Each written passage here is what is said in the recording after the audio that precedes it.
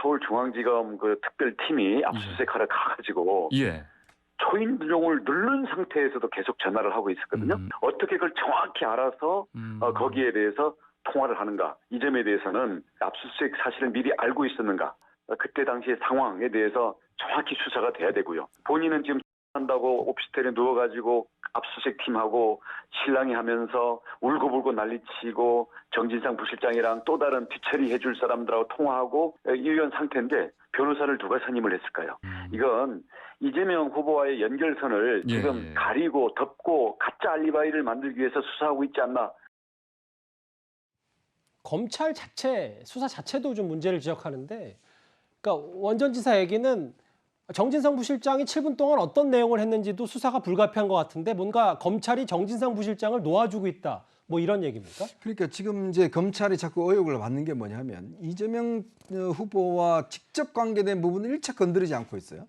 그럼 뭐냐면 지금 정진상 실장 같은 일부는 사실은 성남시장에 있을 때 이 공식 직함이 실장이 아니고 뭐 비서관인가 이런데, 근데 문제는 이분이 모든 서류에 다 배석해서 서명을 했습니다. 그렇다면 이 본안과 관련해서도 당연히 참고인 정도로 소환을 해야 되는데 일체 하지 않고 있고, 또 이 전화통화 같은 경우도 굉장히 중요한 단서지 않습니까? 왜냐하면 지금 유동규 씨가 검찰에 지금 압수수색 받기 전에 했다라면, 그 전화기를 버렸다라면 무슨 통화를 했는지에 대해서 당연히 참고인 조사를 해야 되는데 이미 기소가 돼버렸어요. 예. 이렇게 되면 이 수사하기가 굉장히 어렵습니다. 왜냐하면 유동규 씨 이제 신분은 법원으로 넘어가 있거든요.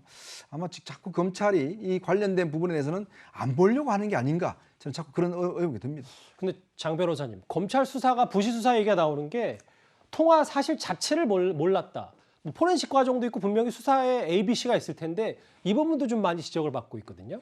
네, 그렇습니다. 일단은 정진상 부실장이 통화를 했다는 것만으로 입건되기는 어렵다는 것은 뭐 법조계의 뭐 통념이고요.